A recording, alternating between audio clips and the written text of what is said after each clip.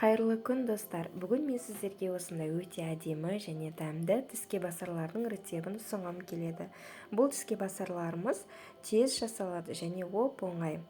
Ал кеттік, менімен бірге болыңыздар. Біз өзімізге керекті барлық затымызды дайындап аламыз. Көріп тұрғандарыңыздай бізге көп зат қажет емес. Сырымызды күштен өткізіп аламыз. Оған езілген сарымсақты салып, екеуін бір араластырамыз. Үстіне майонез салып, үшеуін бірге жақсылап араластырамыз.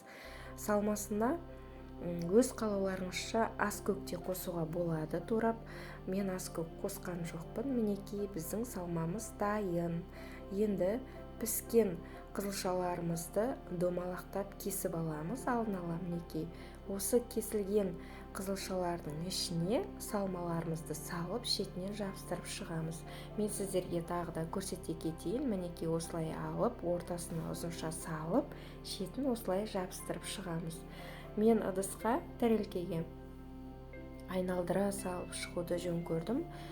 Егер сіздердің басқа өз идеяларыңыз болса, басқаша жасауға болады. Мінекей осылайынан мен бәрін айналдыра салып шықтым.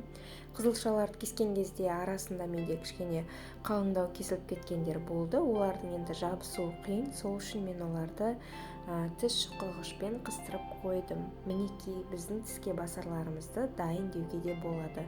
Енді әркім өз қалауынша ас көктерімен әрлейді, сонымен тіске басарымыз дайын. Мен петрушкамен ортасына осылай гүлге ұқсатып жасап қойдым, әсемдеп. Сіздер де өз қалауларыңызша әсемдеңіздер, жасап көріңіздер. Қонақтардың алдына да ұялмай қоя бересіздер.